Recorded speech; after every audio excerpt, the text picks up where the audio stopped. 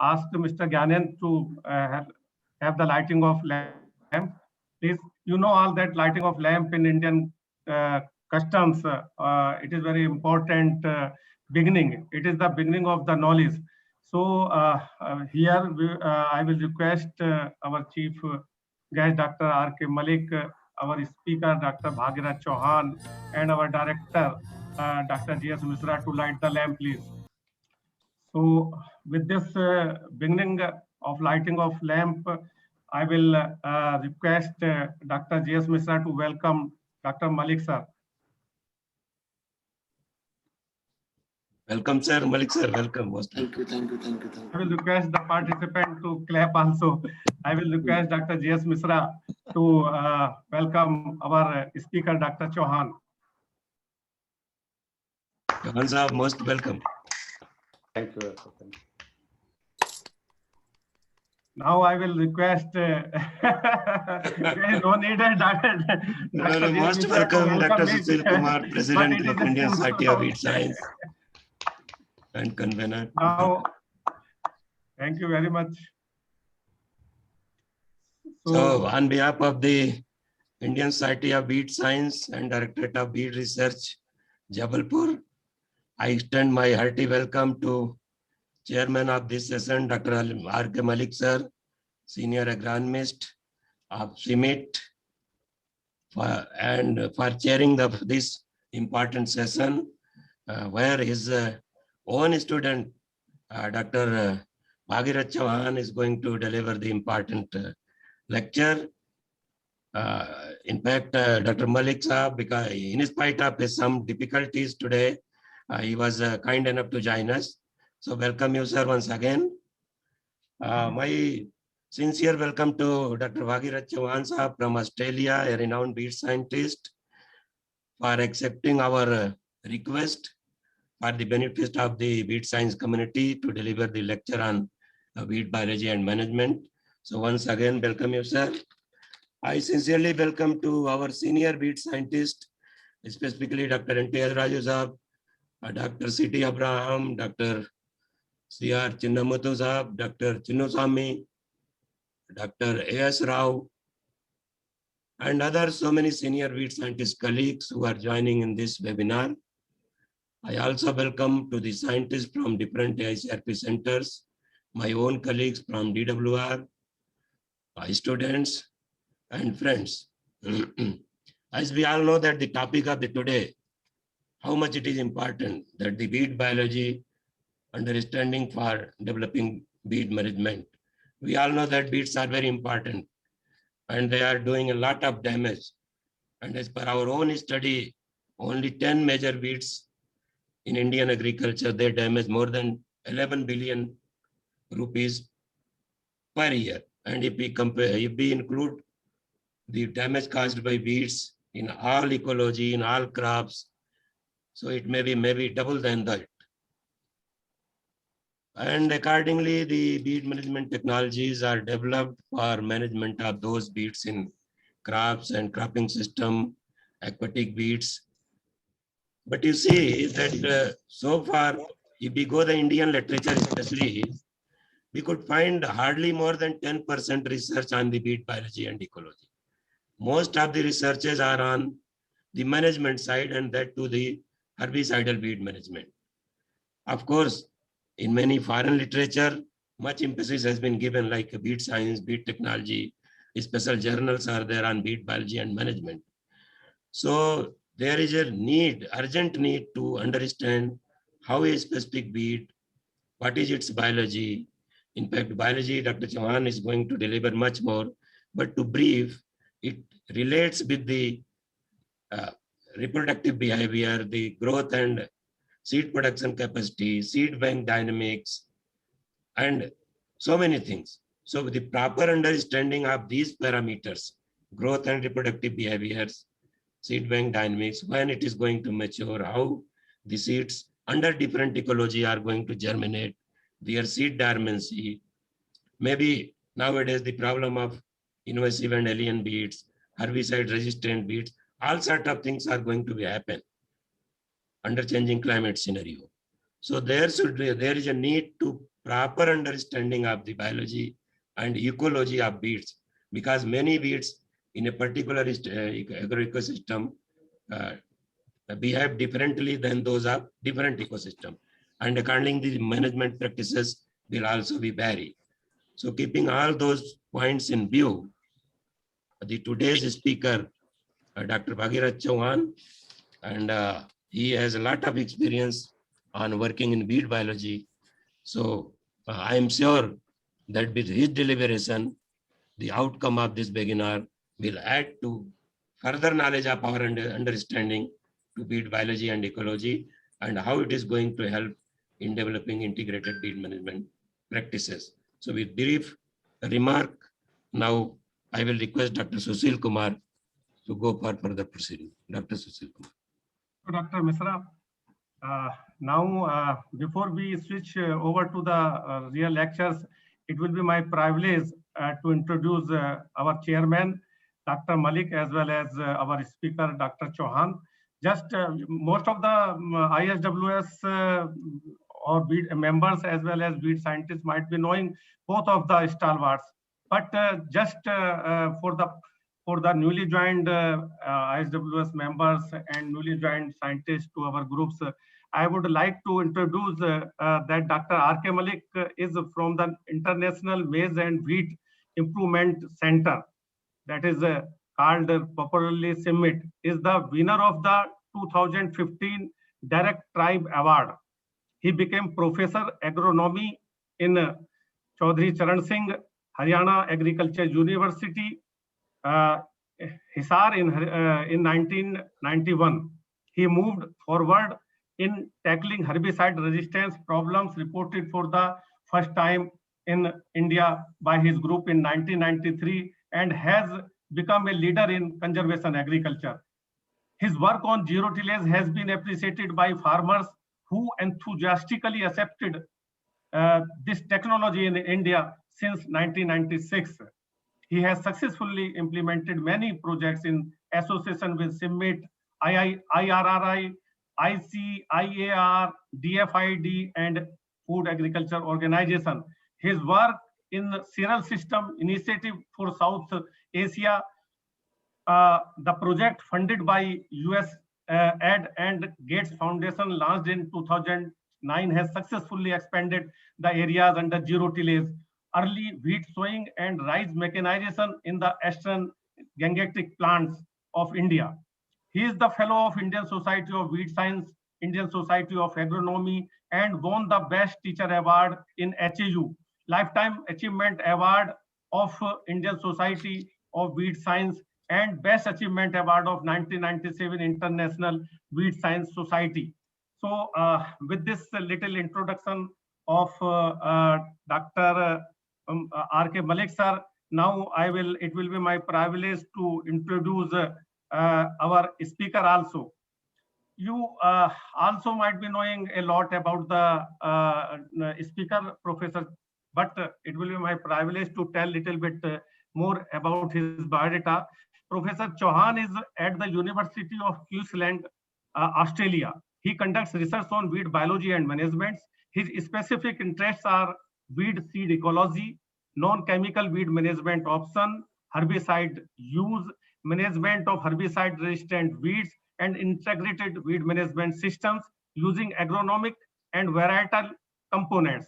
Dr. Bhagirath comes from a rural background of Haryana and completed his BS Honours Agriculture and MS from Haryana Agriculture University, Hisar Agriculture University. After completing his PhD at the University of Adelaide, he joined the International Rice Research Institute, popularly called ISRI, and he developed a strong collaboration in several countries, including India, Sri Lanka, Bangladesh, Bhutan, China, Pakistan, Nepal, Malaysia, and Vietnam. His main work at ISRI was to develop weed management strategies for direct seeded rice system. In 2014, Bhagirath moved to Australia and joined University of Queensland as the wheat team leader, where he is continuing his research and teaching. Professor Chauhan has published more than 350 articles in peer-reviewed journals and several books and book chapters. He has also published several extension and conference articles. He serves as an editor of several journals, including Weed Science and Frontiers in Agronomy.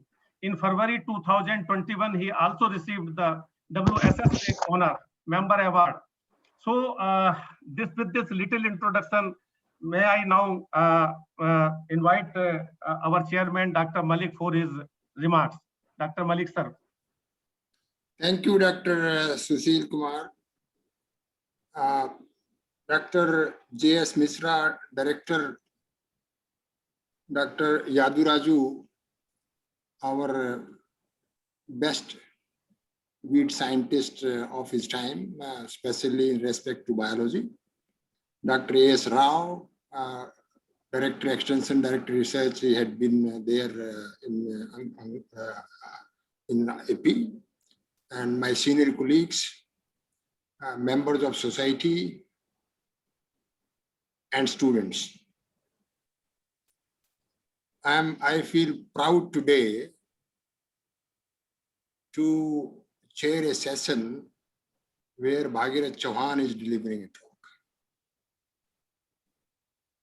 And every teacher wants to see his student at stages like this and to grow more than what the teacher has achieved. He has been groomed from grassroots level, and after joining our team, then after joining University of Adelaide and then IRI, he has exceeded expectations. And I envy what he has written, and it's a good guide for new students, who can learn from him. Maybe he is one of the rare weed scientists who has published maybe more than 100 papers with his first authorship in the best of journals. And this is what we used to dream when we were students. And this is what is needed for weed science. And it's the management has to happen through the prerequisite work that we may have to do before looking at the management. And he has done exceedingly well to work on biology. And I think the society as such, the institute as such, can have some organization and management of all India coordinated projects, where we have different problem in different cropping systems with the different biology, with different factors, so that some of his approaches can be applied and we can look at a very broad picture. Let's not be, between you and Bhagirath Chauhan. I'll request Dr. Bhagirath to kindly enrich us for whatever he has done and how we can help our student to learn the tricks of the trade which you have developed. Thank you. Thank you, sir. Thank you very much for your nice remarks. Indeed, Dr. Chauhan has achieved a marvelous status in weed science. And now this is the time for all of us to enrich our knowledge on weed biology and management. In fact, when we were trying to contact Dr. Chauhan for his time, so we were thinking that because Dr. Chauhan has really done a wonderful work on weed biology, and many times, as Dr. Mishra also indicated, that less publications are there. Many times we think that weed biology does not matter too much, and we devote our most of the times in practical approaches, applied approaches. But here, I'm sure Dr. Chauhan, he will tell us that how important is the weed biology. Now I invite Dr. Chauhan for his talk, please. Dr. Chauhan, please.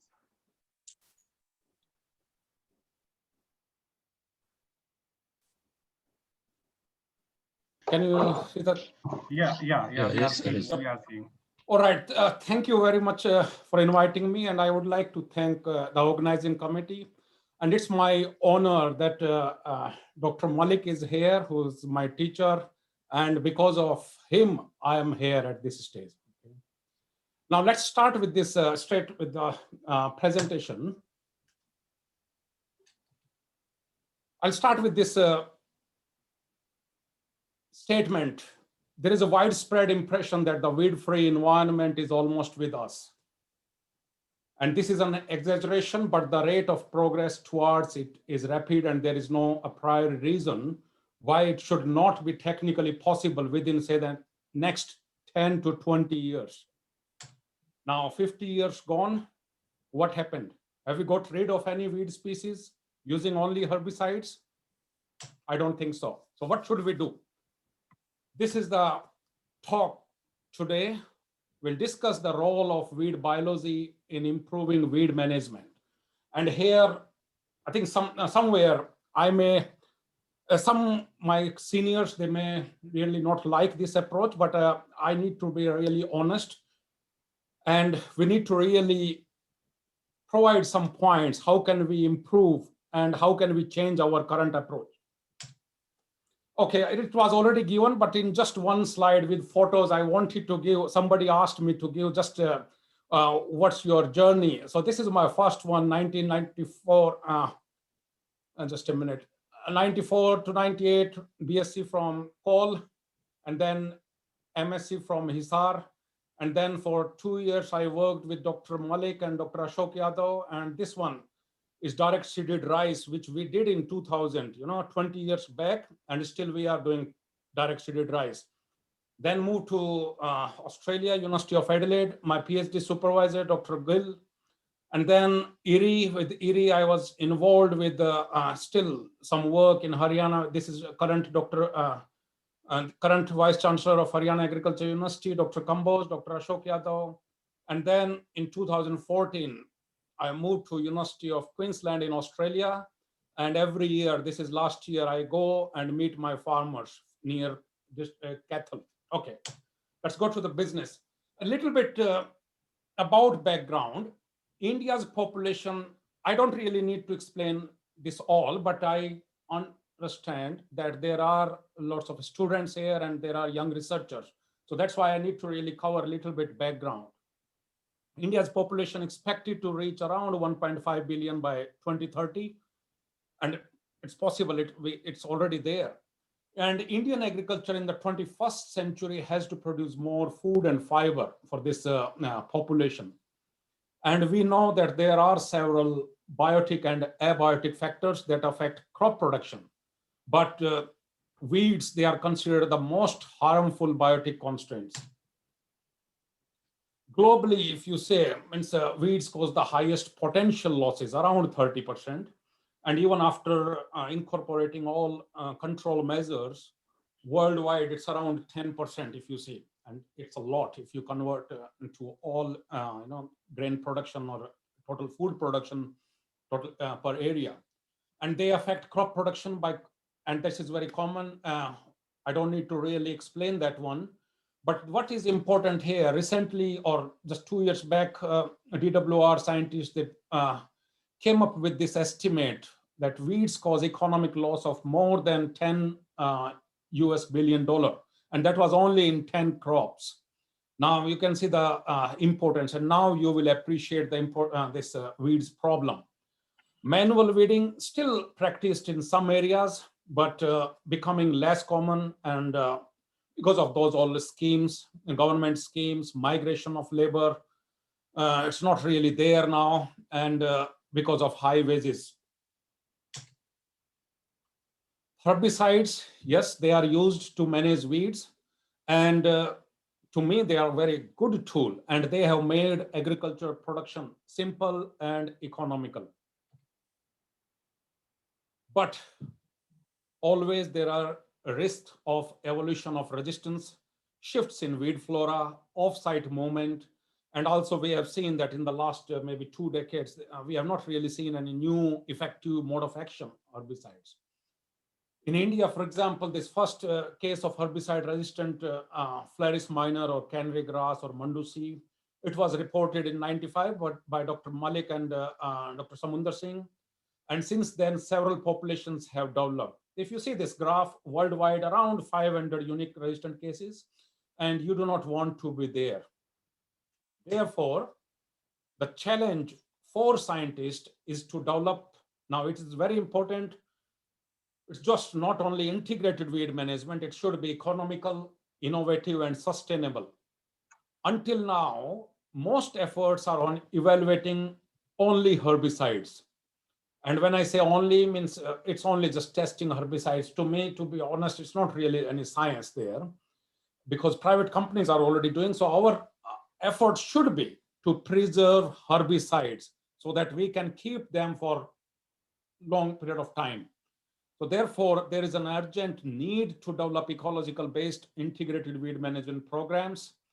However, to develop such programs, a better understanding of weed biology is essential.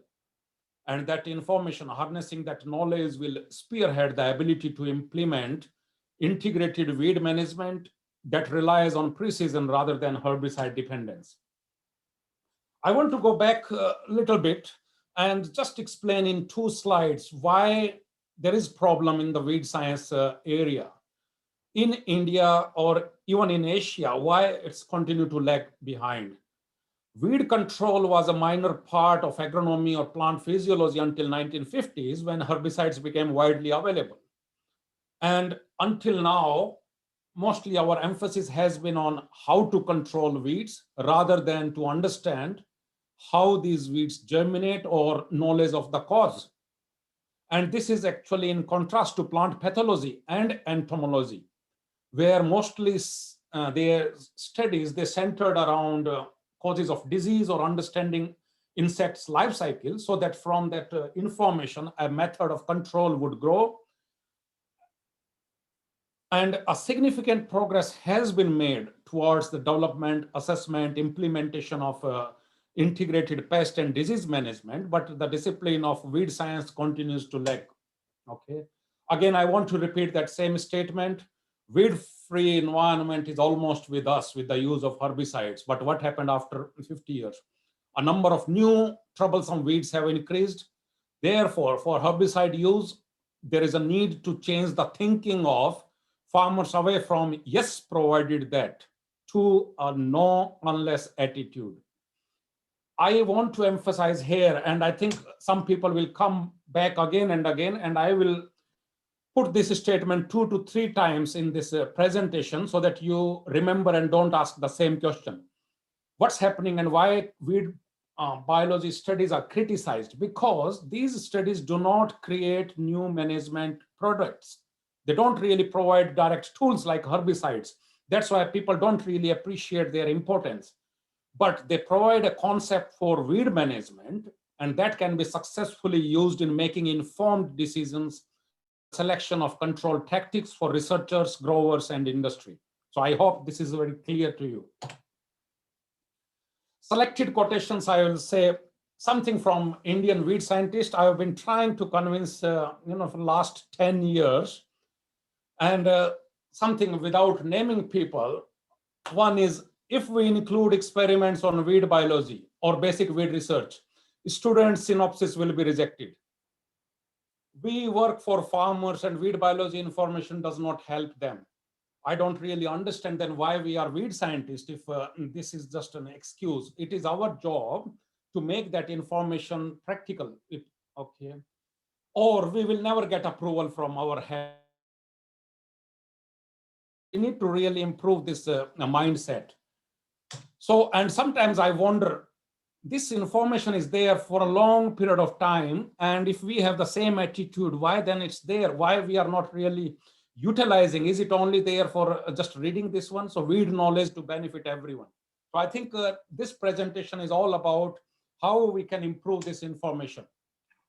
Now, weed biology, even until yesterday, I was thinking that, oh, other than spraying herbicide, everything is actually weed biology. Biology of a plant. Just, okay, take out this weed. It's biology. Biology means it includes everything. Okay, so that information I can challenge. How can, and I don't know why I also did not really emphasize in the past, because now when I prepared this presentation, I realized, oh, everything depends on biology. Even if you are talking about crop competition or whatever you discuss there, everything depends on weed biology, genetic diversity. And here again, I want to mention that I'm not really including each and every concept, because weed biology is a very broad term. And I also want to emphasize that selecting just only one concept from here will not solve your weed management. So that's sometimes, these are some of the challenges. Therefore, as a researcher, we need to really think that what are those possible components we should really include. So I'll cover some of them and try to explain how can we utilize some of this information and understand weeds problem better, and then bring these effective management options. Now, genetic diversity, I'm not really expert, but this is very interesting. And again, not all weed biologists are expert in all their fields. And that's why, to me, it's very important to have a collaborative team. And that's why I feel like DWR in Jabalpur, that's the best place where you have got. When I visited them 2013 or maybe 14, I found that all people, there are different weed scientists, but working on all different aspects. So that's the best place where people can collaborate. And to me, most information from India should come from that institute on weed biology, and also this integration or collaborative approach. So genetic diversity is the heritable genetic variation within and among a population. So this is very important now when we are talking about weed population. One is coming from Haryana, one Punjab, one from Tamil Nadu, one from Jabalpur. That's what I think. Same weed. Are there any, among those population, is there any genetic diversity? And then second is within that area or within that location, then we need to really find that within that population, is there any genetic diversity? And this information is very important for understanding the ability of weeds to adapt to different environments. And that's how they adapt to different environments. And also because that information will give the impact of herbicide selection on weed populations. And if there is high levels of genetic diversity, it means considerable potential for weed adaptation, and therefore effectiveness of frequently used weed control tactics may be reduced. So that's how this type of information, and I think I remember Meenal from there, she did some work on Weedirize, and there, please,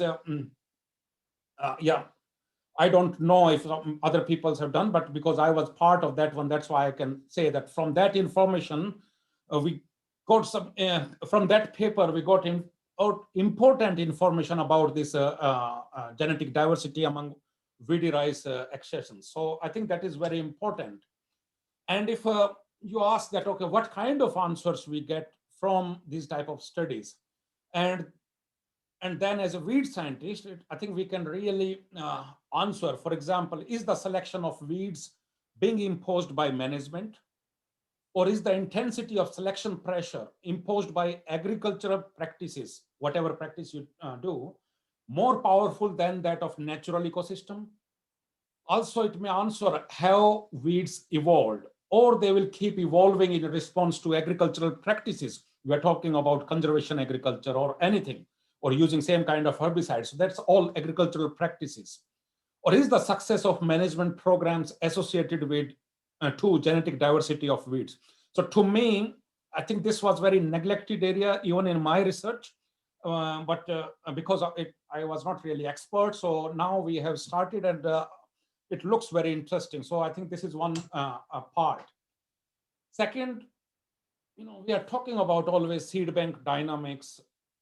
Do we really understand? And it is very important for our young researchers and students to understand this one. Just an example, on x-axis is time. Over time, weeds are emerging. And these two lines, you just assume anything. X is one system, Y is another system. My question is, we always say that, oh, weed emergence was greater in this X system. But the question is, do we really understand what's happening with this one, that gap? Because that's one is important for a weed biologist, for a weed scientist. It's not really one system expressed, but I think we should really know what is happening with that remaining seed bank. If we understand that one, and I think then we can utilize or we can manipulate our agricultural practices so that we can inhibit or stimulate germination depending on our benefit. So before I go to another slide, I just want to explain a little bit to some students, what is seed bank? When we are talking about, just consider this is a pool in the soil, okay? Seed rain is there, seed production, or seeds coming from other paddocks or through water, wind, animal, or machinery. So seed is added to the seed bank. Some seeds, they decay due to pathogens or fungi. That's a good thing, that's all right. Some are taken by ants or birds or insects. That's also good because seed bank is depleting. Some germinate and they die because there is no favorable condition, or there was rain and after that there is dry period, whatever reason, they die, then it's all good.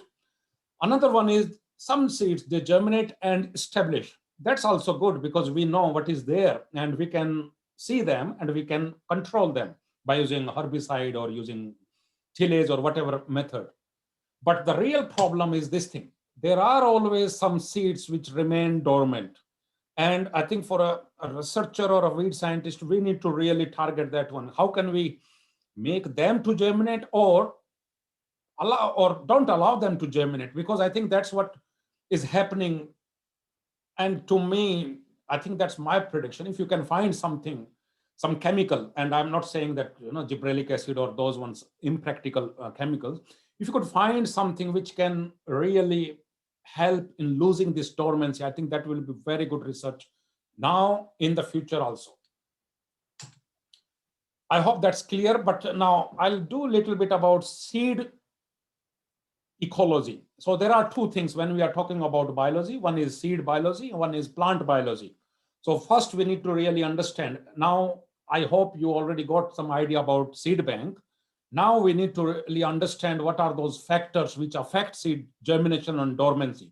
Because if we don't really have really good understanding of seed biology, it is very hard to predict. And I will give you one example when people are talking about leptoclova problem there or here. Okay, there are lots of factors and I can't really cover each and everything. And there will be a little bit technical, but I think that should be okay because all are weed scientists. We can understand. So there are factors affecting germination or dormancy: light, temperature, whether it's a constant or fluctuating, or burial depth. Burial depth means when they are at different depth, but we'll discuss how it happens in natural condition, or seed scarification. But there are others which I won't discuss. We don't really have enough time, like soil moisture, crop residue, flooding depth, or salinity, pH, or nutrients. Okay, let's discuss a little bit about light. Before we discuss what is the effect of light on germination or dormancy, just try to see it is your soil profile. Most seeds are on the surface. And if we assume this one, most seeds will remain if we have no-till system, or if we have pasture, or even sometimes roadsides where we don't really cultivate. Okay, and then some seeds are here when we are talking about tillage, or even seed burial due to any other method, even we are doing weeding or whatever. But these responses of weeds to light are species specific. So we can't really just assume that all weeds will behave similarly. Some germinates equally in light and dark. And I'll see just from here, what does that dark means? If seeds are buried in the soil, what happens? This light can penetrate in the first maybe top 2 millimeter, not centimeter, only 2 millimeter of the soil, or even maximum 3 millimeter. So now you can assume that if your seeds are in the top layer, they will get light. But if they are buried deep, they won't get light. So that's called seeds in dark. I will try to explain with some results. So light stimulates some germination, somewhere light inhibit also. So it's all species specific. And I have worked on maybe around 100 weed species, similar studies. So from my, I think I can't really generalize these results. So some of these figures before I discuss about results so that you understand. I think you know already cypress area.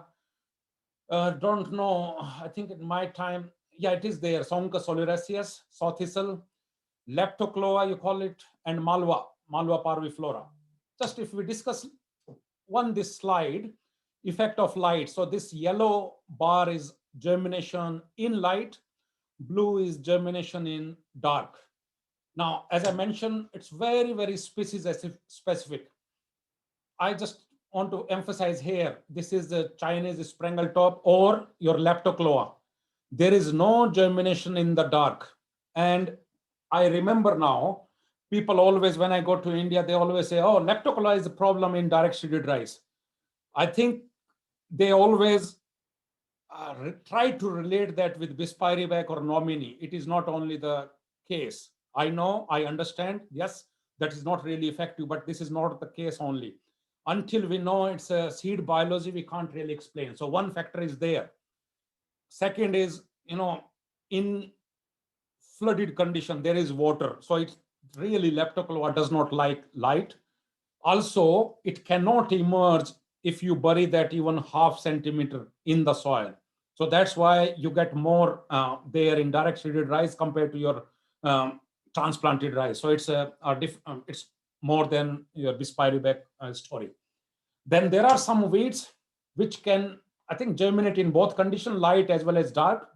And that can be like from India, I can say maybe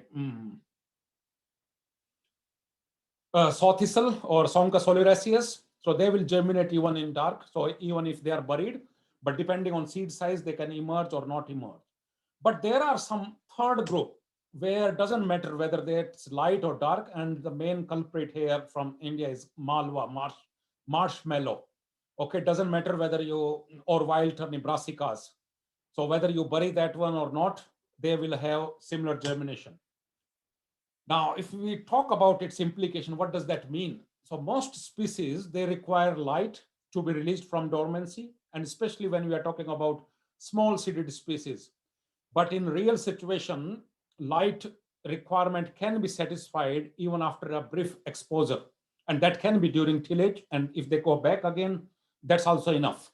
So a species, if it's showing preference for light for germination, it has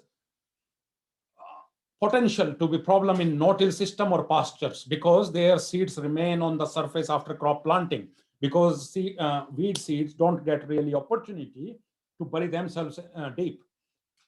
Or another way is seeds of that species that require light. I think if they are already buried in the soil, their emergence can be impeded by implementation of no-till. And that is what's happening. Now, some people think that, oh, this is not practical. Yes, you can think in Indian condition at the moment because you have not tried. But in Australia, farmers are already doing. We have mainly no-till farming system. Some farmers, they have not really done any cultivation for 20, 25, 30, 40 years. But now because of herbicide resistant weeds and they have got concentration of weed seeds on the surface, they don't really mind going back and follow one off tillage. Just only like after 7, 8 years, one tillage operation just to bury those seeds deep into the soil profile so that they don't really come back. And it is happening now. And I was surprised. Farmers really want to know this information on individual weed species. So sometimes dormancy can be used to manage weed population. Just for your information, I think I've not seen even in the US that researchers get funding from farmers to do work on weed biology. But I have got, I think, 3 or 4 large projects we have just finished, and there were around $5-6 million, and farmers want to know all aspects of weed biology. How can they use that information to manage their weeds? And that's what I think we need really. Again, for some people, our universities don't give us a single penny. It's all funding we need to bring. So I think it's very competitive. So it's not really that easy. You think that weed biology funding is available there. No, I think it's very important to convince, and you need to convince that how that information is very important, and how can you help them managing their weeds better. So I think in the past, night cultivation. Now, some people think that, okay, how will we do? Yes, in India, it's not possible, but I want to really give here some farmers in these developed countries, or where they have got large farms, they are not really cultivating in the night just to manage weeds. That's not their purpose, but because they have got thousands of hectares and their window of planting is very narrow. So that's how they are doing. But they realized by doing that one, that during night cultivation, some of their weed species behaved very differently.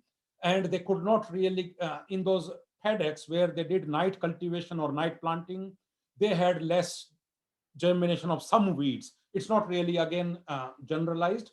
And especially is Amaranthus, which is like, I think in India we call it Cholai, and Bathua or Chenopodium. So they behaved very differently. So it's that type of information. I'm not saying that all this information should be implemented in Indian condition, but here I'm trying to give you that how can this information, when we are talking about light response, can be used, or I think it's up to us, up to researcher. We can't really just give this information to farmers and ask them to do. I think we need to really come up with some ideas, and we can manipulate according to our situation somehow. I don't know. Or somewhere we can have, maybe, I think at the moment, Indian mechanization sector is very, I think, rising. And that's possible. Somewhere they can make this machine where light cannot really penetrate. So anyway, I don't really want to spend much time on this light component, but some of them, if they germinate even in dark, that what that tells, that some species, that they may germinate even when buried or after canopy closure. Now, if you see, for example, barnyard, or what we call in India, we call it samak, or echinoclova, jungle rice. I saw that in rice, it actually had 2 generations, and 2 generations within a single, because within 35-40 days it produced seeds, and not all seeds are dormant at that time, but some may germinate. And that is what happened, that because some seeds don't really, they can germinate in dark, so they actually germinated even after canopy closure. That's different thing, that whether I'm talking about here germination, not growth. That's different thing, that whether that our crop canopy can suppress them and may not allow those seedlings to grow. Okay, but I think this information is very important. People are talking about stale seed bed, and I think if we really better understand seed biology, we can explain whether this stale seed bed will help. Why is that? Because in stale seed bed, what is happening? We give a light irrigation or allow rainfall, and then seeds germinate. But it's not really that simple. Seeds which have not really any dormancy, they will only germinate. Okay, it's not really dormant seeds will germinate. So that's very important. What kind of seed bank is in your field? Also, it is important, and I'm not really talking here about practical, because now many countries or many areas, they are talking about intensive cropping system. We don't really have enough time there to give irrigation and allow them. For example, in Vietnam, focus is on 7 rice crops in 2 years. They will not really have, and they don't really want to just spend their 2 weeks time. But this is also one thing, stale seed bed, when we give light on. And I think, to me, in my experience, more than 90% seedlings emerge from the top 2 centimeters. So stale seed bed also 2 types. After that, people cultivate and then kill, or they apply herbicides.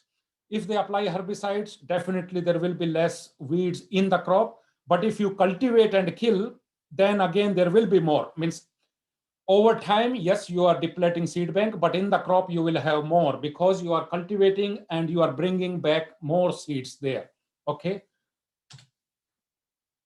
Now, after light is temperature.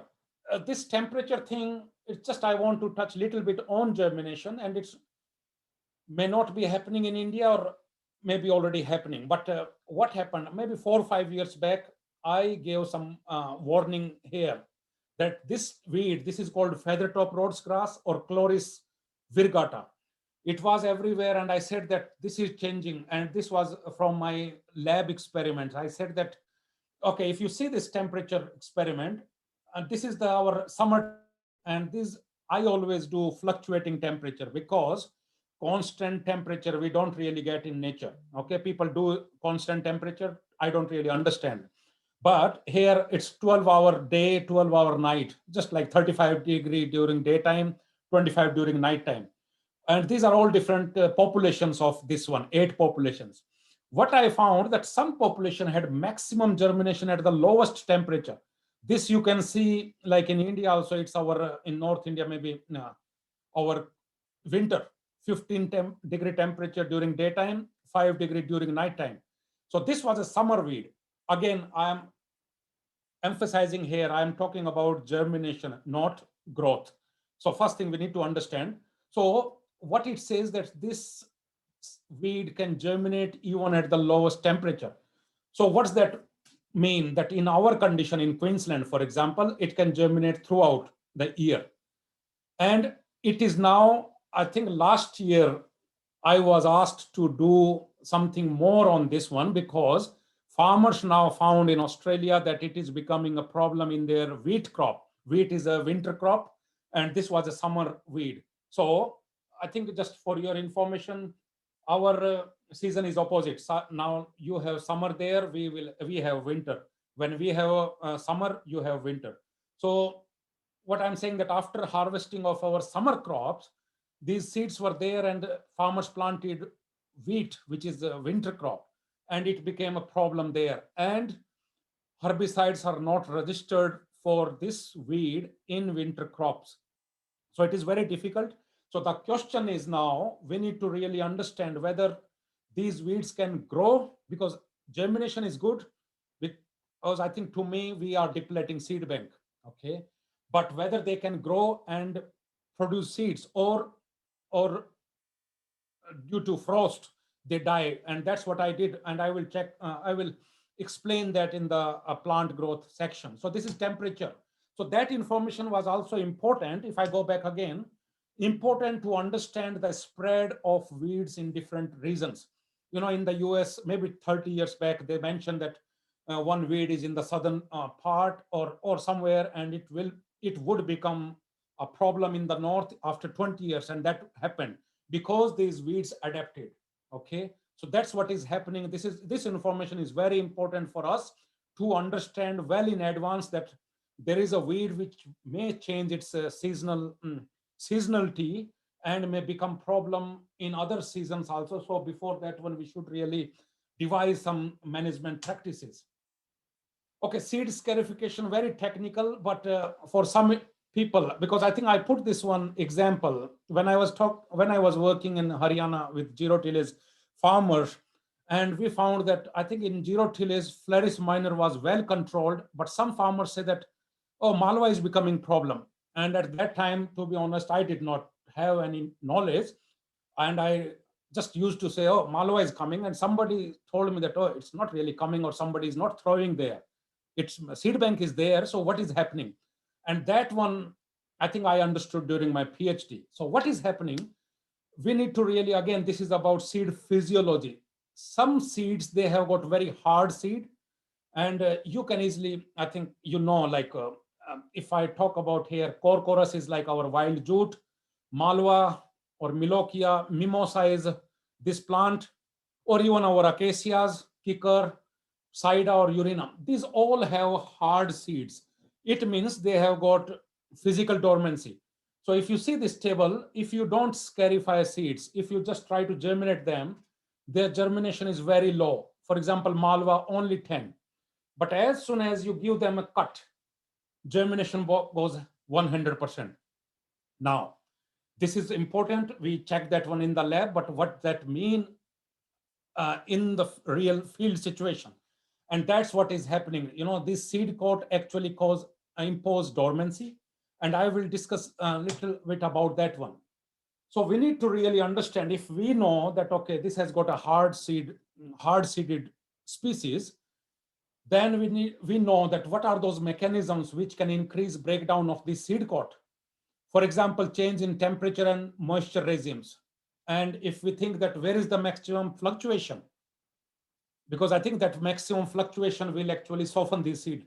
So in cropping areas, it's no-till system, because mostly weed seeds on the surface, and that's no-till system. So your weed seeds are there, and they will get all unfavorable weather condition, and that will help to soften. And that's why you get more germination there, okay? Or which system is better for seed bank depletion? To me, I think if you bury them, or like conventional system where you have tillage, that will actually increase the seed bank life.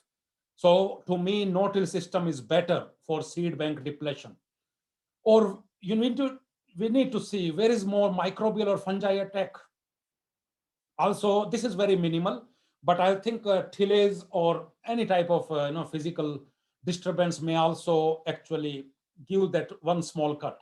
When I say cut, it's only just, you can check, even for students, you can check, just put with a needle one prick and then try to germinate. It will germinate within 3 days, okay? Or where we have some animals, or sometimes it passes, or not sometimes, I think most of the time, these seeds are through the animals' digestive tract. In Australia, we found that I think for at least 10 days, some of these weed seeds can remain in animals' digestive tracts, and that's why I think in some properties, farmers want that their animals should be at one paddock for 10 days before moving them to another place. So I think this is very important in some areas. Or fire. Fire is very common in Australia, so we know a lot about its impact on seed coat. But I think in India, if we are talking about very old, slash and burn system, there also, if you have heard that some weed germination is more after fire, and that's mainly also because some of these seeds actually lose their dormancy. So I hope this is clear. Now, third one is seed burial depth.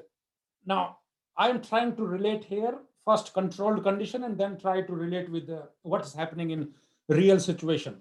So seeds are buried in the soil, weed seeds, due to anything, maybe tillage operation, or even we are doing sowing, or even weeding. Sometimes they do weeding or what you call hoeing. That will actually affect your vertical seed distribution.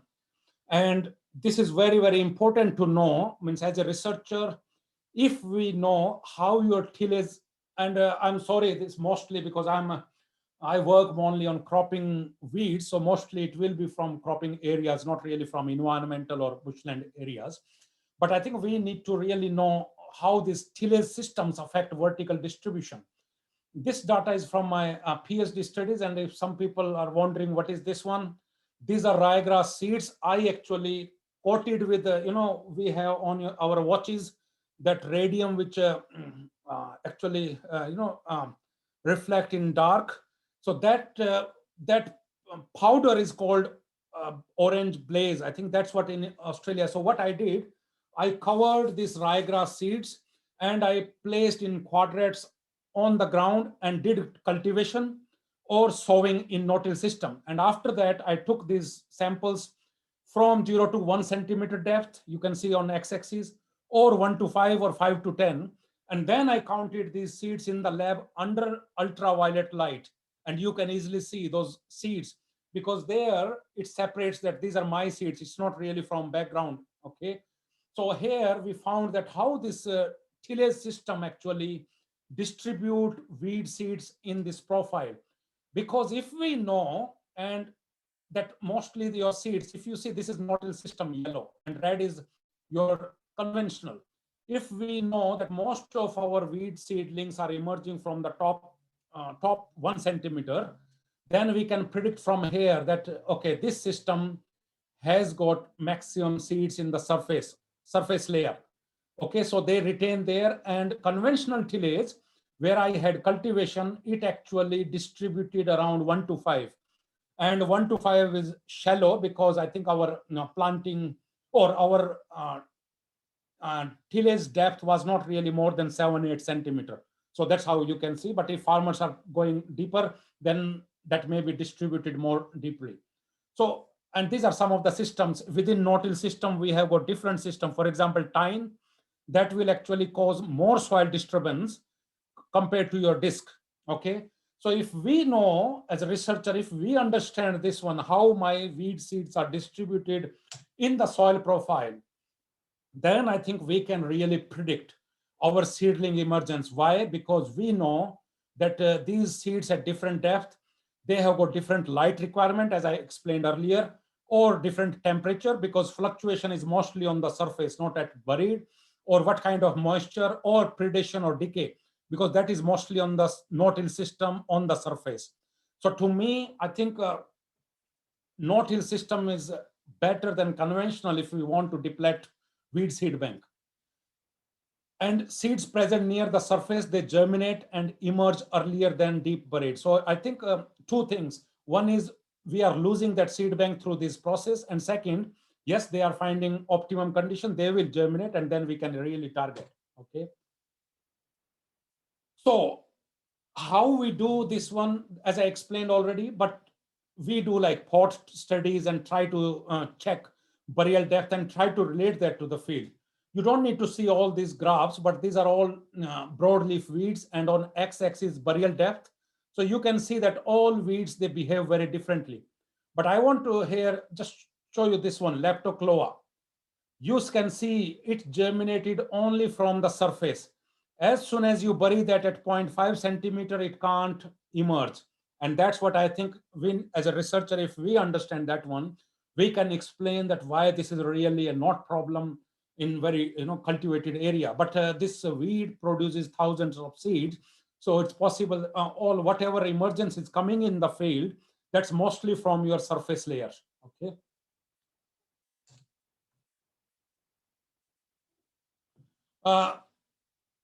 So from this information, if I talk here, so weeds could be managed by burying these seeds below the maximum depth.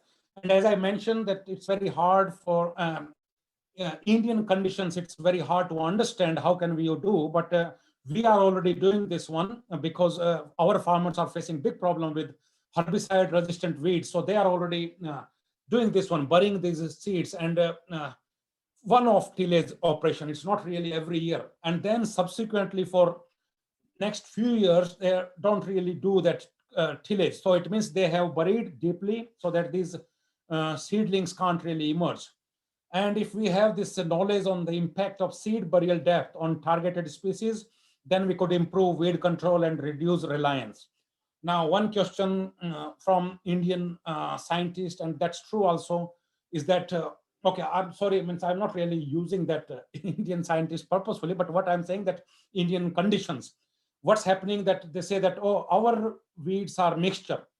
But in Australia, I think most of the time we have got 1 or 2 weeds only, because it's only like dominated, it's not really mixture. So there, I think we can't really just generalize now, but if we know that what the seed bank and what kind of weeds are there, so we can actually reduce reliance, we could improve our weed control options. So again, same thing I want to repeat, and I want to repeat again because in the past, same thing, whenever I presented, same question was asked again and again, and I want to repeat again here. Weed biology studies do not create new management product. They provide a concept for weed management. Okay. And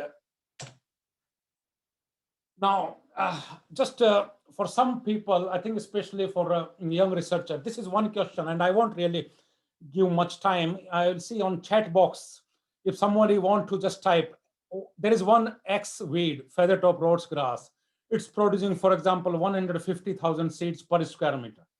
There is Y, another weed, which is bladdercatmia or hibiscus. It's producing only 20,000 seeds per square meter. Just quickly, in 10 seconds, if somebody just put which weed species, X or Y, will take longer to deplete its seed bank? X or Y?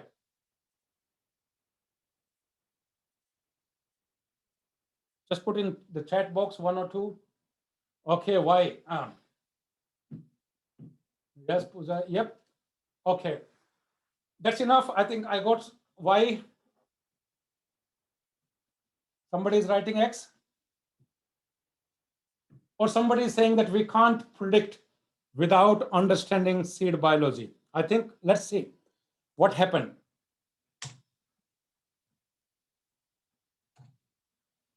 This is Chloris virgata, that feathertop I was talking about. Okay. Now, this is x-axis is time after seed placement. And there are two lines. One is when they are on the surface. And to me, I think just close your eyes and you can say always, I have not seen, I think with my experience, that any weed seeds will deplete faster when they are buried. Always, always, weed seeds you can deplete faster when these seeds are on the surface. Always, every time. And because I think, as I've explained all things. So what's happening with this one, Chloris virgata? For the surface seeds depleted within 12 months. All seeds were gone. And for buried seeds, it took 18 months, okay, 1.5 years.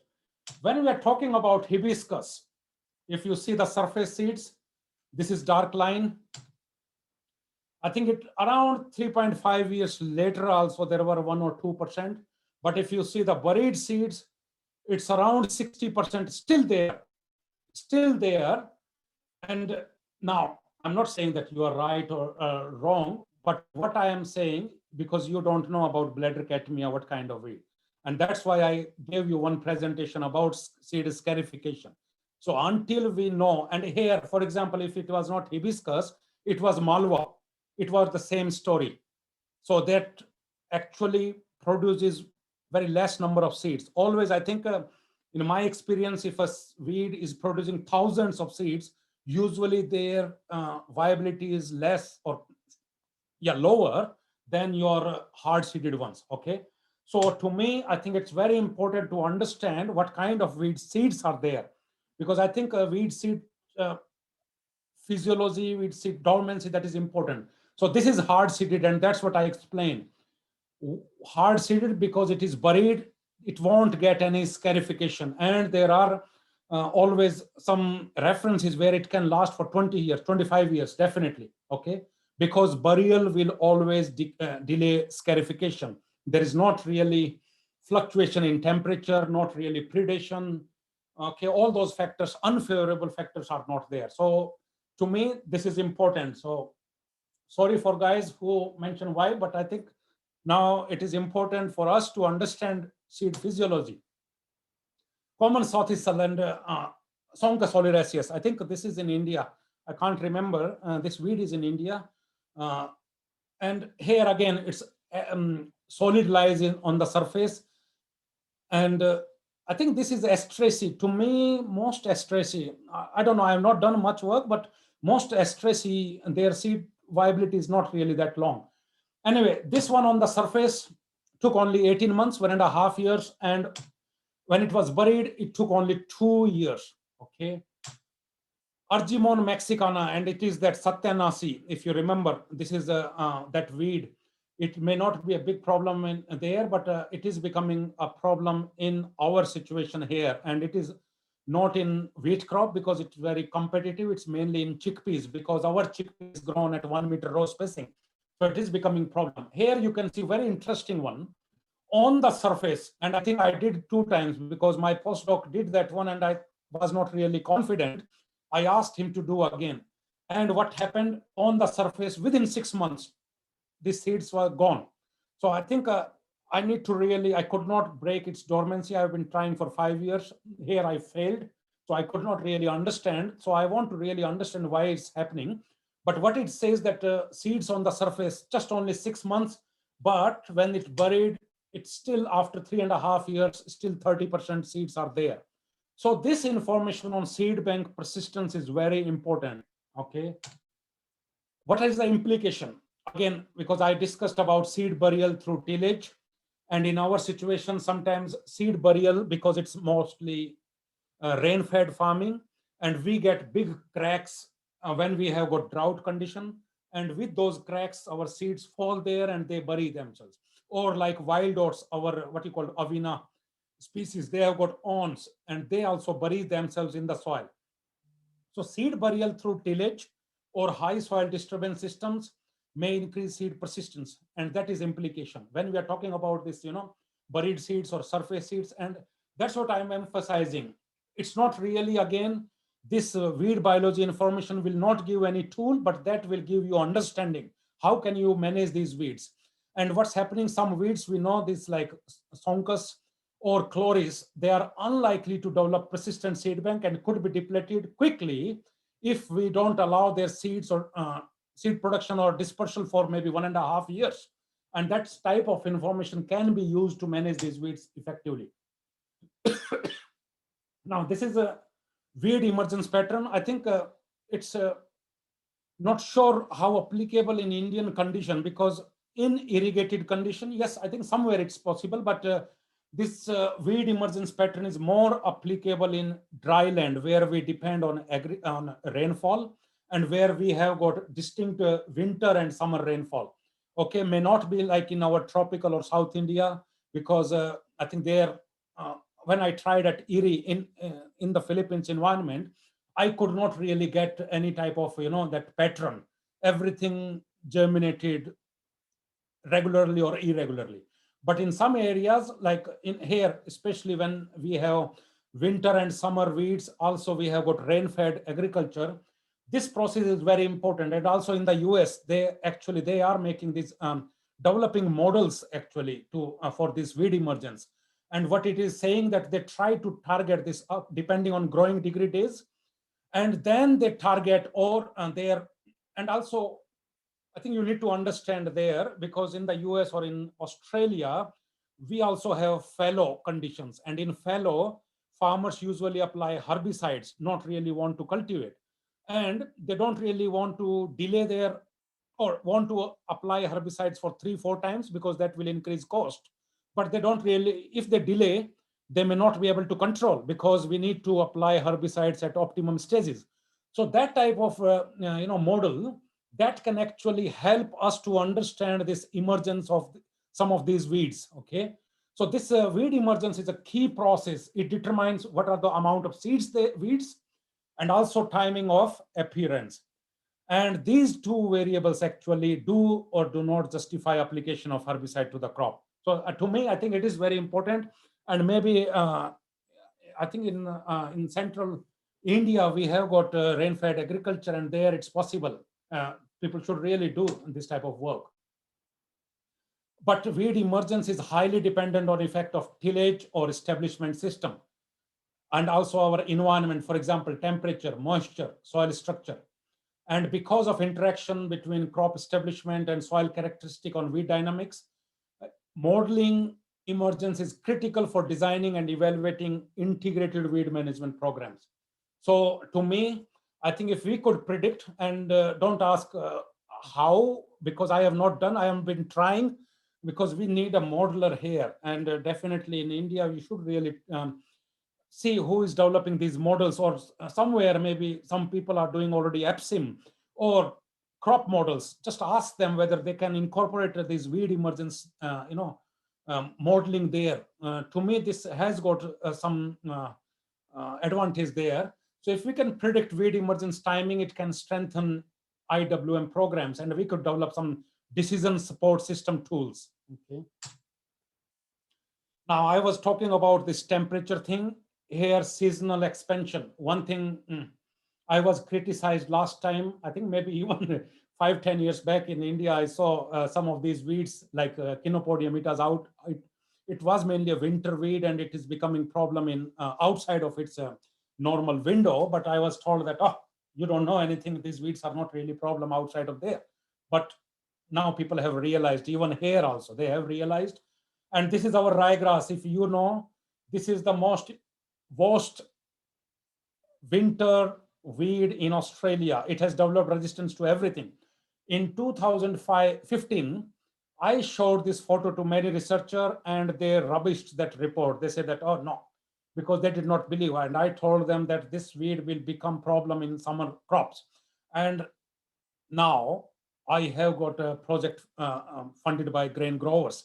And now I'm doing this work. So I think we wasted like 4 or 5 years on this type of thing. So I suggest you should not really waste. So understand this one. This is Sonca soleraceus, maybe 10, 15 years back. It was mainly a winter weed, but now we can see in Australia throughout the year, winter as well as summer. This is Conyza bonariensis, horseweed or fleabane. This is also throughout the year. Barnyard grass or jungle rice, Chloris virgata, they were mainly summer weeds, but now we are finding they germinate in spring and may produce seeds at wheat harvest. So I think this understanding this seasonal expansion is very, very important. And that's therefore weed phenology. Now another component after weed emergence, it is phenology. I think crop scientists may know phenology because they always try to, or breeders also know that they try to have, phenology of a crop at the same time.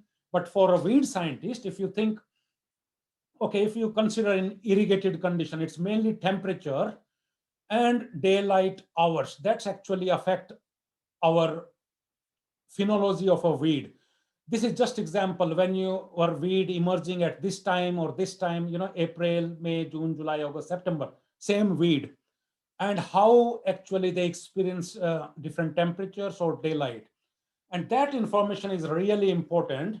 So phenology is the study of the timing of plant growth stages.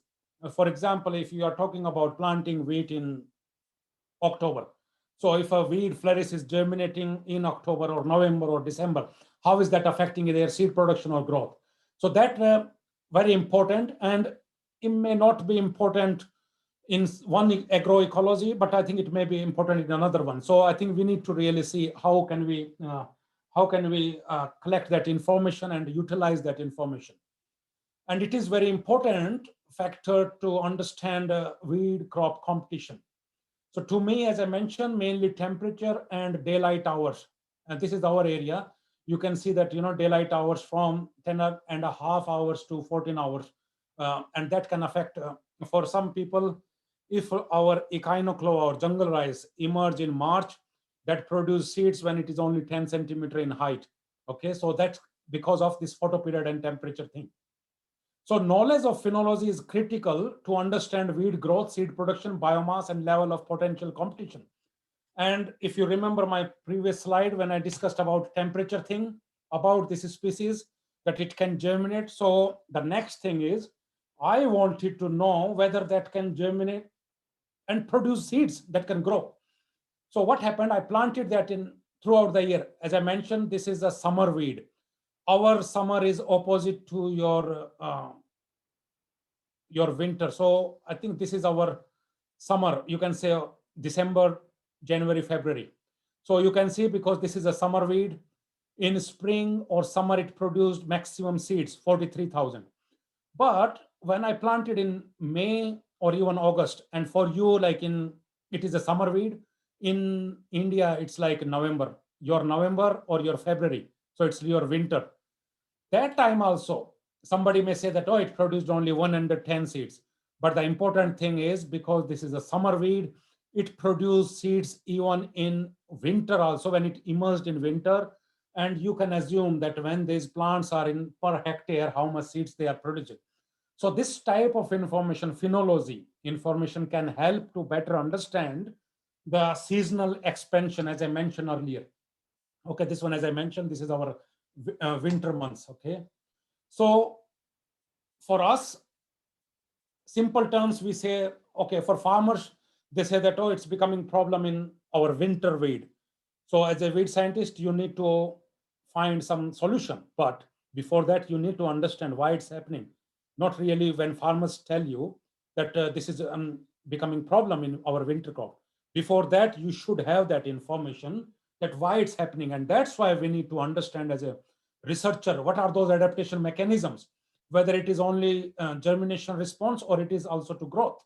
So we need this research on dormancy, germination, growth, control.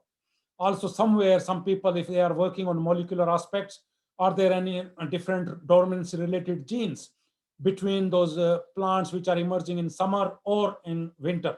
So I think we have got, I think, a good research area here.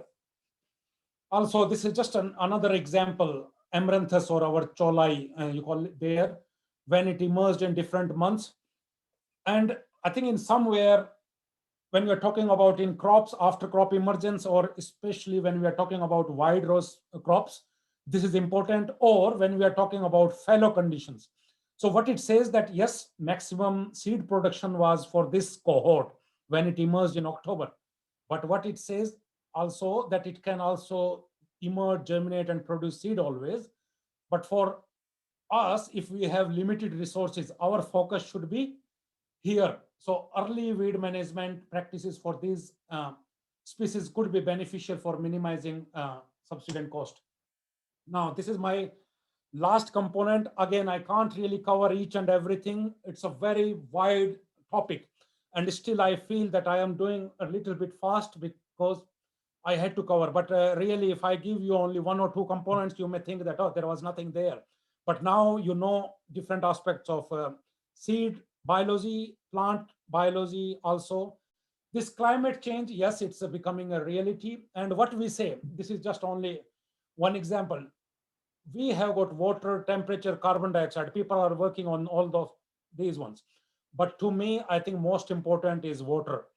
I think temperature and carbon dioxide, weeds may adapt slowly because that will not really increase 5-degree temperature in 1 year, or 400 to 700 ppm. So I feel I may be wrong, that weeds may adapt slowly, but this is important one because we may get very non-uniform rainfall also, or even flood or drought.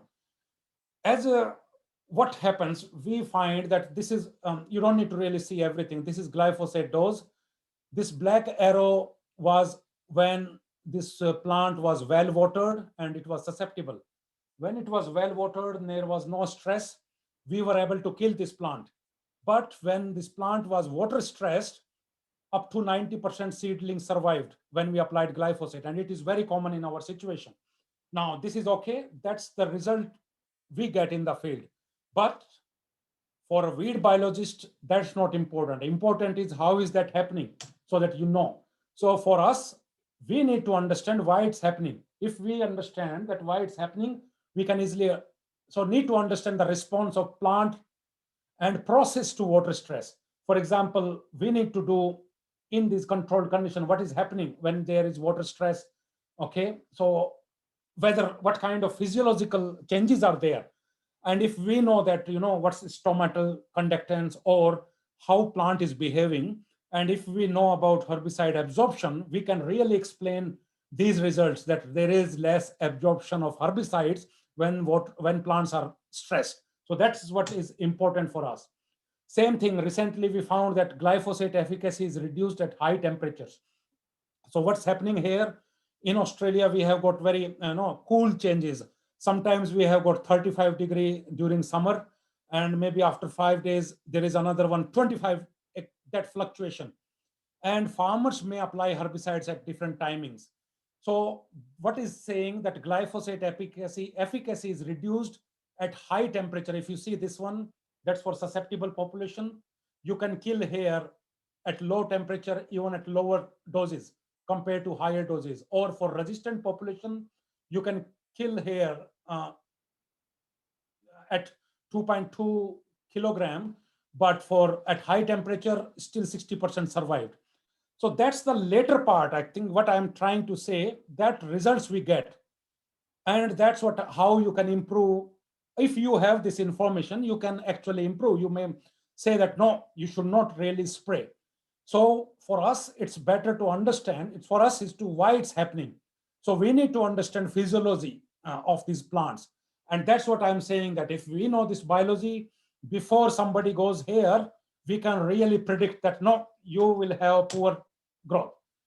Okay, same thing, carbon dioxide. To me, I think it's a very rare phenomenon. To me, we need to really integrate all these three, water, temperature, and carbon dioxide. Not really, most of these studies at the moment, they were actually individual, or somewhere recently, they combined two studies. Anyway, what JISCA found, that they had cultivated rice, different varieties, and this is red rice, they call it in the US, but in India it's vidi rice. Okay, so what it is saying, that when we have got normal ambient carbon dioxide, there is less fluctuation, but with increase in carbon dioxide, their plant biomass is increased.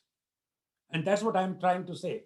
If we have this information, then we can actually say that, oh, so I think again, I am saying, if we know that carbon dioxide has increased plant biomass, I think I don't really need to do this trial. I can easily say that when you apply herbicides at high elevated carbon dioxide, your efficacy may be reduced. And why is that? Because plant size, and we know that herbicide efficacy is reduced when we apply at large plants. Okay. Now this one last is, we are always talking about crop competition, and we did this work a long time ago. But as a weed biologist, before doing that one, I think I need to really understand that how a weed is responding to your crop competition or plant interference. Some of these weeds behave very differently. Now, I just want to give this example. When this weed was grown without any crop competition, there is no crop nearby. It's leaf biomass. Leaf is important to get sunlight, okay? So leaf biomass was only 40% in the top 50%, half of the plant. So it means where it tried to get light. But as soon as it was in competition, more than around 80% of biomass was in the half one. So what it is saying, that plant actually responding to this crop competition by increasing its biomass in the upper half, okay? And that is called plasticity. If we understand this weed's plasticity, that they are modifying, to these limited resources, then I think if we have that understanding, we can really improve cultural methods, and which rely mostly on crop competition, okay? And that's the part later on we go to this impact of, for example, row spacing. It is very common here, whether one weed is affected by crop competition or not.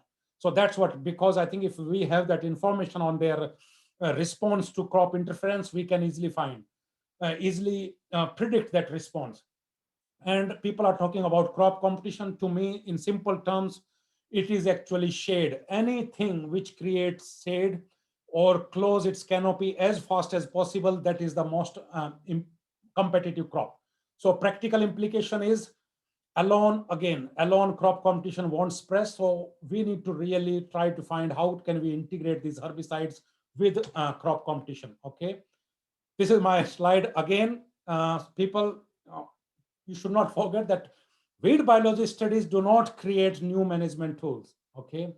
They provide a concept for weed management. So it is us, our weed researcher, who need to really develop. This is not really related to this one, but my last slide, because I feel when we are talking about all different weed biology concepts, that there is always limited funding. We can't really do each and everything, and we are not really specialists. I can't really do these things on molecular biologist. I am not really. So that is very important. Interdisciplinary and multidisciplinary collaboration, we need to really see. And that is very good example showing this collaboration. With that one, I would like to thank you on the organizing committee. And there are some of these papers where I think this is in advances in agronomy. All this information on seed biology you will find here. Phenology prediction, and there are some new papers coming, that's also there. Ecological based weed management, how can you use this information? It is in current science, can knowledge in seed ecology. Also, there are some books and non-chemical weed control. I think some people are already doing this research gate or something. Don't send me, if you are already there, don't send me any request there, because there are some copyright issues. I don't send anything. If you want any copy or any PDF file, send me an email directly, okay? And this is another book. With that one, yeah, thank you very much. I'll stop sharing now. Thank you very much, Dr. Chauhan. Really, it was an excellent talk, and the chat box is full of praise. And what I want to say really, it is a basic concept. Who did know when Robert Hooke invented a cell in 16,065, and now each and every genetic diseases or many type of the diseases related to human and animals are dealt with the knowledge of the cells. So here the concept of this basic research, particularly of biology, really you have enriched our knowledge a lot, no doubt. And before switching over to our chairman, because many stalwarts are linked with this talk, so I would like to take the quick reactions of a few stalwarts on this concept of weed management. May I invite Dr. N.T. Yaduraju sir? Dr. Yaduraju sir? Yeah, thank you. Thank you, Sushil. Thank Please, you, Sushil, for 2 minutes, inviting me. kindly. Yeah. I know there are a lot of questions on the chat box I am also seeing. And I just want to congratulate and compliment Dr. Bhagirath Chauhan for an excellent presentation. Very, very comprehensive. And I have heard so many, presentations on weed biology and all. They were not linking directly weed biology to management. I think the first time that he talked about all the sort of biological aspects linked with climate and environment, and then how the knowledge obtained will be useful for management. Excellent presentation, Bhagirath. Congratulations to you. And as Dr. Malik was mentioning in the beginning, I'm sure that of course we have already sort of passed that stage, but there are many youngsters attending this conference, webinar, and I'm sure that they will be very much inspired. And of course, we will also take some of the messages you showed us in our webinars whenever people want us to deliver lectures. And I think you are a perfect role model for all the youngsters. And I hope that they will take your message seriously. I don't want to repeat everything because there are many other people also. And as you rightly pointed out, integrated management is very, very important. We always talk. We always give lip service because we didn't have much knowledge of weed biology. Weed biology is a very difficult subject, and it is a fashion, particularly in India, maybe I am included, is to conduct experiment with chemicals. And you rightly said that's not fair enough, that is not sufficient. Without understanding weed biology and ecology, you cannot come up with this. We know that herbicides are going to be the mainstay, but to have the herbicides, to have a longer shelf life, and to keep the herbicide effective for a long period, you need to understand weed biology. Otherwise, we end up in problems like herbicide resistant weeds and things like that. So I don't take much time, and I want to again congratulate you. And you are a very regular person attending our ISWS webinars and all. And I hope you continue to be with us and particularly helping the youngsters, in their research endeavors. Thank you very much, Sushil, for inviting me. Thank you. Thank you very much, sir, for your nice comments. I see that Dr. A.N. Rao is also linked with us. So may I request Dr. A.N. Rao Sahab to respond? Dr. A.N. Rao Sahab?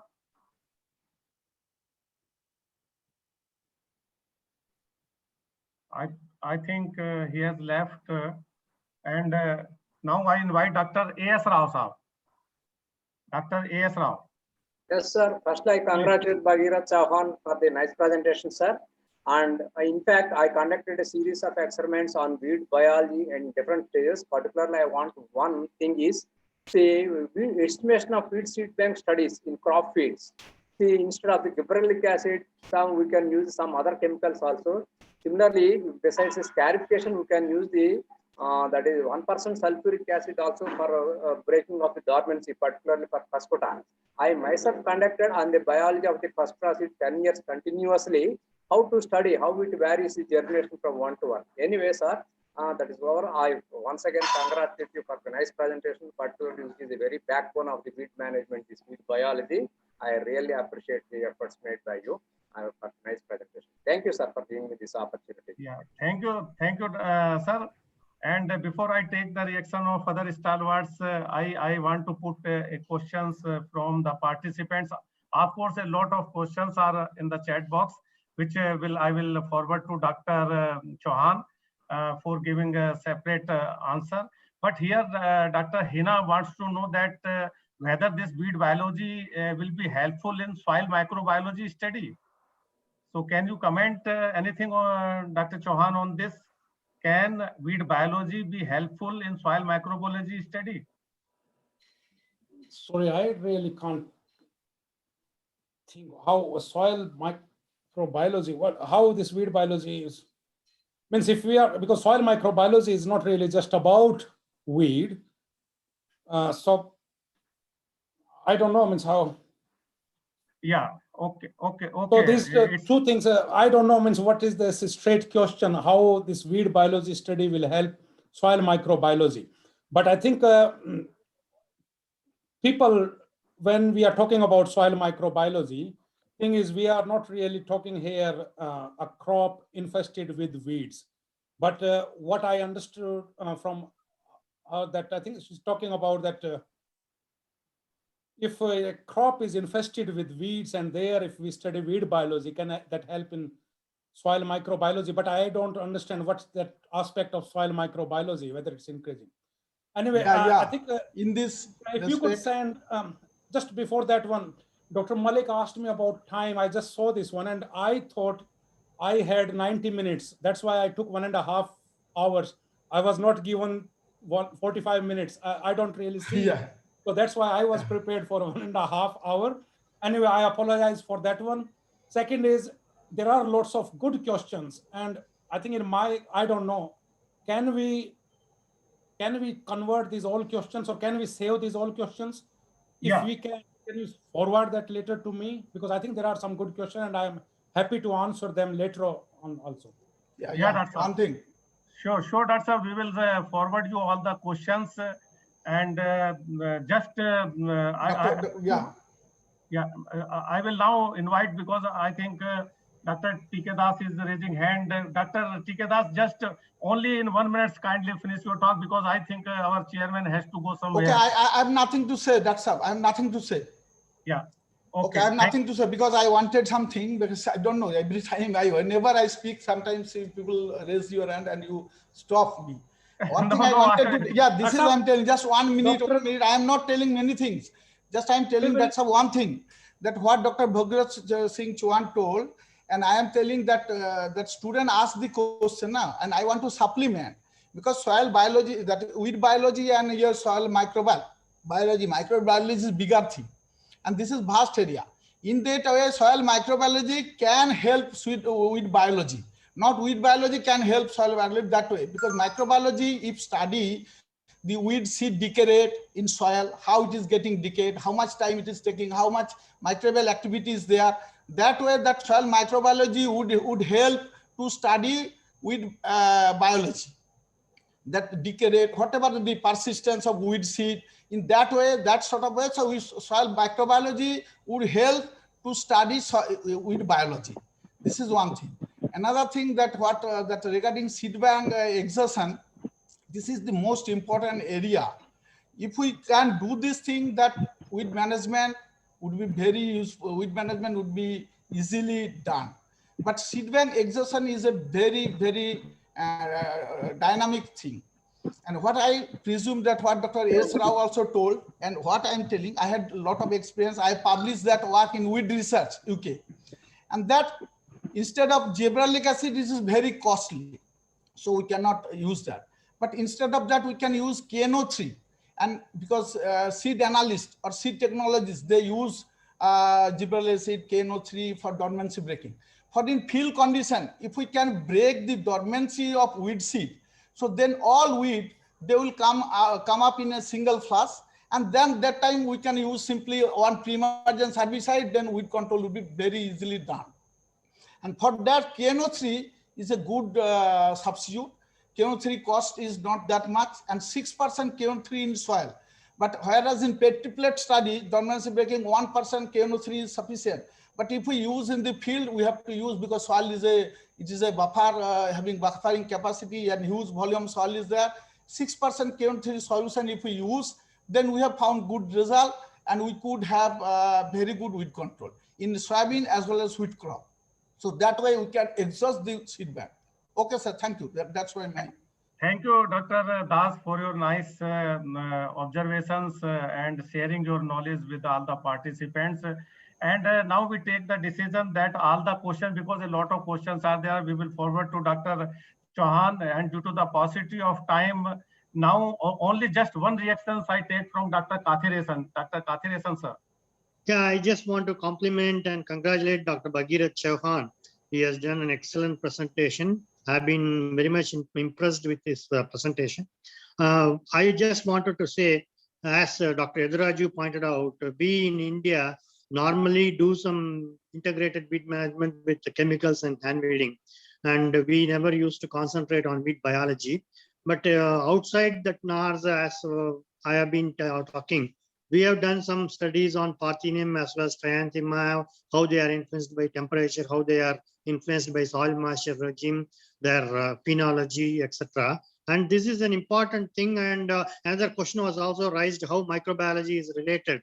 Of course, as Dr. Bhagirath was searching for ways to explain how microbiology will be interested, I better suggest that all these weed scientists here, we do work on seed biology, weed seed biology, and then try to link it with management instead of going for soil enzyme activities, this, that, and all, because we have some microbiologists with us. No other reason that which could combine soil microbiology with weed seed biology. Weed seed biology is crop physiology area which we weed scientists need to organize and concentrate. So with that remark, I can once again take the opportunity to congratulate Dr. Bhagirath and Indian Society of Weed Science in general for to thank Indian Society of Weed Science in general for the opportunity. Thank you. Thank you, Dr. Kathiresan, because now time is really very less. And now I invite our chairman, Dr. R.K. Malik, for his final remarks. Thank you, Dr. Sushil Kumar. And thank you, my senior colleagues, for their advice and comments on some of those important issues. We had 278 participants. I think many of them were students and young scientists. Dr. Bhagirath, we wish to thank you for a very nice presentation. I think he could cover, diversity within weeds, diversity, between one weed and within one weed. He has also covered genetic diversity. He has covered diversity to phenology. So, but the important part, which I liked was the question of, how to articulate and how to innovate. And that is what is there in this whole system. We need to understand the ecology, we need to understand the association, we need to understand the biology, and then based on that, how to articulate management. And this is what Kathiresan has said. And the presentation is really integrating what we need to do. And as I told in the beginning, that our coordinated plan project can make use of some of those studies. And I think you are uniquely placed, as Dr. Bhagirath said, the institute as such is uniquely placed within India to look at some of those, interventions, because some of the universities, it can be best done by students. But in your institute, it can be done by the scientist also. And then you have a very big program of All India Coordinated Project. So some of these issues can be very well integrated. And I congratulate the society for, organizing some of those important events. And let's hope that you keep doing some of those things. And so that, we don't forget, because this pandemic has kept us all inside our houses, So I think you have done a wonderful job of organizing some of those things, Congratulations to the society. My congratulations to Dr. Chauhan, and best wishes to everybody. Thank you so much, Dr. Sushil. Thank you so much, Dr. Mishra. Thank you. Thank you so much, Thank sir. you. Thank you very much, sir. Thank you, And sir. before I ask or request Dr. J.S. Mishra, I want to share one thing to all the participants, because many students are linked with this program. And just I wish to bring to their knowledge that tomorrow at 12 p.m., Dr. Chauhan will be giving a very good talk on writing an international publication. So in fact, once we thought, and we also interacted with Dr. Chauhan to have a talk on this aspects. But because since Dr. Chauhan has agreed to talk to Haryana Agriculture University on this important topic, I will request all the participants, and in particular students and young scientists, they should listen, they should participate in tomorrow's talk of Dr. Chauhan, and we will from the society, we will send the link to all of our ISWS members.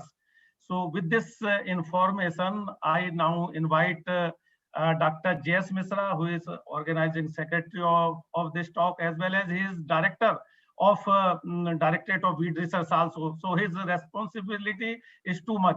Now I will request Dr. J.S. Mishra for his final talk, as well as to give the vote of thanks. Thank you, Dr. Sushil Kumar and convener of this program. There is nothing like any final talk. Just I